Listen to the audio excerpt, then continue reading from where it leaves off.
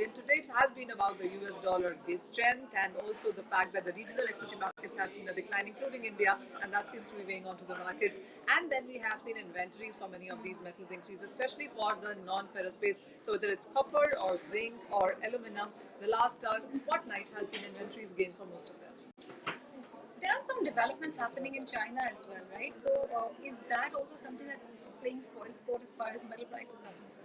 As of now, yes, because the markets do not have clarity. Even as China has spoken about a stimulus, they haven't really come out with it. And whatever they did give in the previous week, markets shrugged that off. But important is that you are looking at a forced resignation of China's ever-grandest CEO and CFO, and that does sour sentiment for you. The point is that there is a probe on a 2 billion deposit, which was a third party, which was used for bank loans from the company. So it just gets murkier there. And yes, that is the reason. In any case, the Chinese demand has been weak, and we have seen those COVID restrictions still in place. All the Chinese data has come in on the weaker side, and the real estate picture does not look so strong.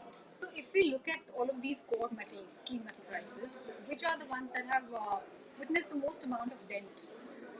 Aluminum for one, which is still 42% off from its all-time highs. Same is the case with copper. We've seen 10,800 of an all-time highs, and then we've seen 7,000 reach on the lower side as well. So these have been very sharp dents that we've seen in the metal prices.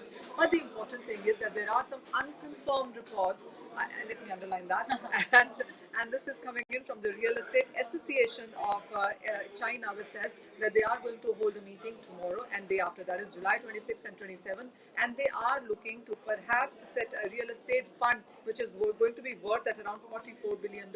If that gets done, there could be some support coming in.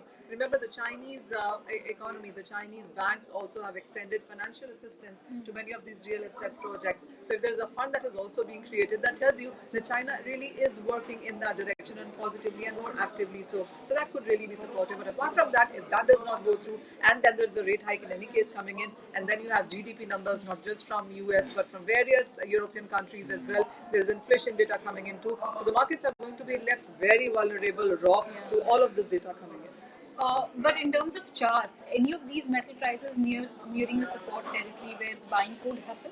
So interestingly, because many of these metals were oversold. So last week was all about buying in metals. You saw stocks doing well, you saw metals doing well, but have they been able to sustain that?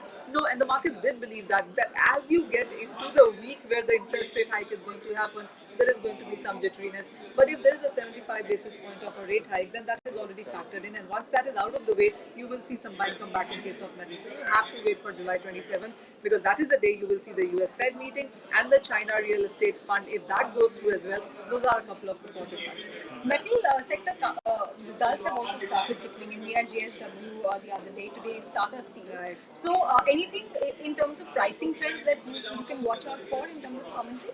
For steel, I think the prices have actually turned around quite well. We saw a low of around 3,700. It's trading at 3,900 right now. So the steel prices have come back, and that also after the World Steel Association data came out, which says that for the month of June, you've seen overall global production decline by 5.5%, and that clearly has been supportive. And when you look at that chart, Karunya, the top 5 countries, India is the only country which has produced more in the month of June, month on month, year-on-year basis. But the top 5 countries also include of China, US, Russia. Russia production is 22% down on a month-on-month basis. So all other countries have seen a decline. India is the only one actually in top 10 which has produced more steel.